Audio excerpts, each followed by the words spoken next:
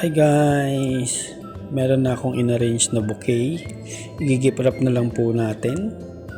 Ganito po ako mag-gift wrap. Ayan po yung mga plastic wrap.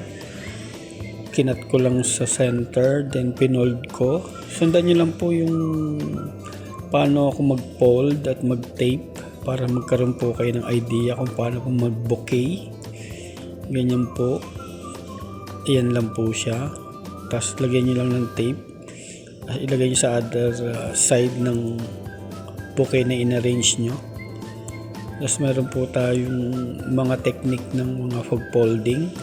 Tignan nyo lang po paano ako mag-fold. Ganun lang po, pahaba po siya. Ayan, pinafold ko lang po siya. Ganun, paakyat. Nakaangat po siya, di ba? Nakaangat. Ganyan. Ayan. Tingnan nyo lang po yung arrangement. Basta nahahawakan nyo po yung plastic wrap ninyo, yung gift wrapping nyo, okay na po siya. Tapos i-tape nyo lang po siya. Tuloy-tuloy nyo lang po yung pag-gift wrap ninyo.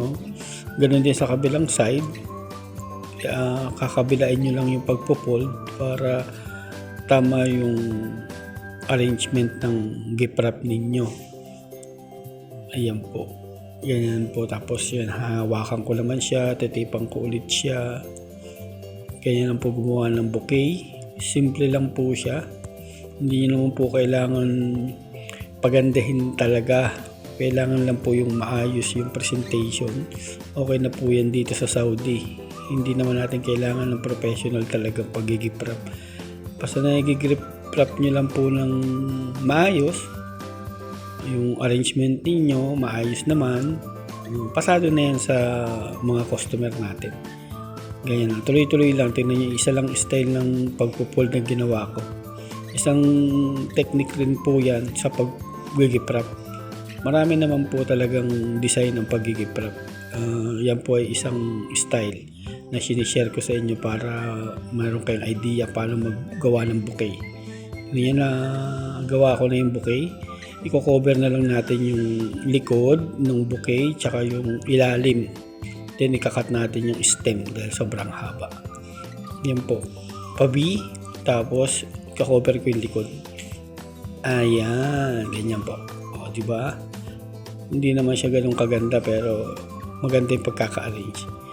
Ayan po, para po pag nakita ng customer na maayos, pasado sa kanya yan. Ayan. Ayan po, ganoon din po, pabirin po, i-cover natin yung ilalim naman. Ayan.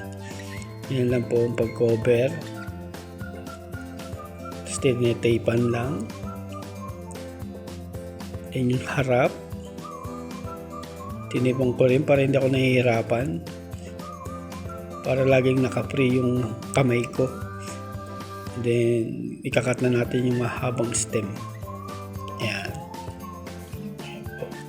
Then after kung ikat yung stem, re-ribbon na naman natin. Lagyan na natin ng ribbon. Ganyan. Then pag katali natin, higpitan natin. Then gumawa tayo ng bow. Then pag mahaba yung ribbon, ikat lang po natin. Lagyan din natin ng design yung pagkakat ng ribbon. Makikita nyo naman po kung paano ko ikakating yung ribbon para may style.